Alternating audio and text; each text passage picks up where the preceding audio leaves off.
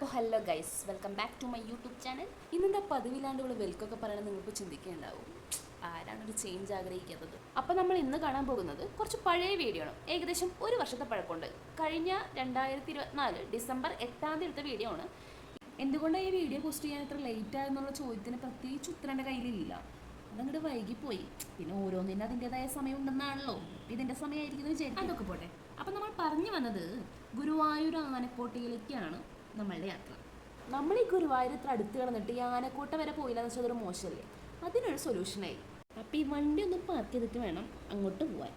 എൻ്റെ ഓർമ്മ ശരിയാണെങ്കിൽ പാർക്കിംഗ് റേറ്റ് 30 റുപ്പീസാണ് വരുന്നത്. പിന്നെ അത്യാവശ്യം വലിയ പാർക്കിംഗ് സ്പേസ് ആണ് കേട്ടോ ഉള്ളത്.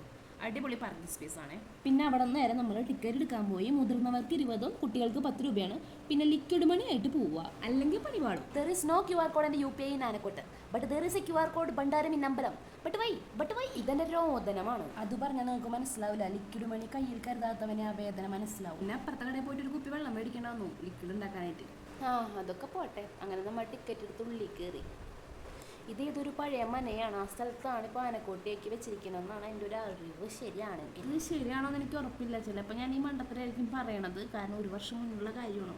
ഈ പറഞ്ഞത് തെറ്റാണെങ്കിൽ എല്ലാവരും എന്നോട് ക്ഷമിക്കുക. അപ്പോൾ കാര്യത്തേക്ക് വരികയാണെങ്കിൽ ഈ മനയുടെ തൊട്ടടുത്തിനൊരു ചെറിയ അമ്പലം പോലെ ഉണ്ട്. പിന്നെ ഒരു വലിയ കുളം, ആനനെ കുളിപ്പിക്കാനൊക്കെ പറ്റിയ കുളം. ഇനിയിപ്പോൾ ഞാൻ ആലോചിക്കുകയാണെങ്കിൽ ഇങ്ങനെ ഒരു സാധ്യത ഉണ്ട് കേട്ടോ. പണ്ട് രാജാക്കന്മാരുടെ ടൈമിലേ ഉണ്ടായ ആനക്കോട്ടയാവാനും ചാൻസ് ഉണ്ട്. അല്ലാണ്ട് ഇത്രയും വലിയ കുളം ഉണ്ടാവും, ഇത്രയും ഏക്കർ കണക്കിന് സ്ഥലവും. സോ മേ ബി അങ്ങനെ ആവാനും ചാൻസ് ഉണ്ട് കേട്ടോ. ഇനിയിപ്പോൾ അതും മണ്ടത്തരാണെങ്കിൽ ഈ അറിവില്ല പൈതലാണെന്ന് കരുതി നിങ്ങൾ അങ്ങോട്ട് ക്ഷമിക്കുക. ഞാൻ ഈ കഥ പറയണതിൻ്റെ ഇടയിൽ കുറെ കൊമ്പന്മാർ കടന്നു പോയിട്ടുണ്ട്. നിങ്ങളത് ശ്രദ്ധിച്ചാർന്ന? കഥ പറയണതിൻ്റെ ഇടയിൽ ഒരു കാര്യം പറയാൻ വിട്ടു. ഈ കാണുന്ന ഈ സാധനമുള്ളൂ, ഇത് ആനനെ മെരുക്കാൻ വേണ്ടിയിട്ടാണ് യൂസ് ചെയ്യുക. ഒട്ടുമിക്ക ആൾക്കാർക്ക് അറിയുമെന്നറിയാം. ഇപ്പം ഞാൻ സൂം ചെയ്യുന്നത് ദേവദാസ് ആണ്. അയാൾ ഇയാളാണ്. ഈ ദേവദാസ് എന്നുള്ള പേര് കേൾക്കുമ്പോൾ നിങ്ങൾക്ക് എന്നിട്ടാണ് ഓർമ്മ വന്നത്? എനിക്കൊരു സിനിമ പാട്ടാണ് ഓർമ്മ വരുന്നത്. നിങ്ങൾക്ക് എന്താണ് ഓർമ്മ വരുന്നത് കമൻറ്റിലൊന്ന് പറഞ്ഞോളൂ കേട്ടോ. പിന്നെ നമ്മളവിടെ പോയത് ഇവന്മാരുടെ ലഞ്ച് ബ്രേക്കിൻ്റെ ടൈമിലാണ്. അത് കാരണം ഇവന്മാർ കൂടുതലും ഫുഡിൻ്റെ കാര്യത്തിലായിരുന്നു കോൺസെൻട്രേഷൻ. ഈ നിൽക്കണ കക്ഷീനൊന്ന് ശ്രദ്ധിച്ചോട്ടാ. ഇവനൊരു പ്രത്യേക ആട്ടമുണ്ട്. ഇവൻ്റെ ആട്ടത്തിൻ്റെ പിന്നിലെ രഹസ്യം എന്താണെന്ന് മനസ്സിലാവില്ലെങ്കിലും ആ ഒരു ആട്ടം കാണാൻ വേണ്ടി മാത്രം കുറേ പേരുണ്ടായിരുന്നു. ആളുകളെ കണ്ടുകഴിഞ്ഞാൽ സീനിലെത്തവന്മാരെ മാത്രമേ നമുക്ക് കാണാവുന്ന രീതിയിൽ കേട്ടിട്ടുള്ളൂ. ബാക്കിയുള്ളവന്മാരൊക്കെ ഇതിൻ്റെ ബാക്കിലായിട്ട് വരും.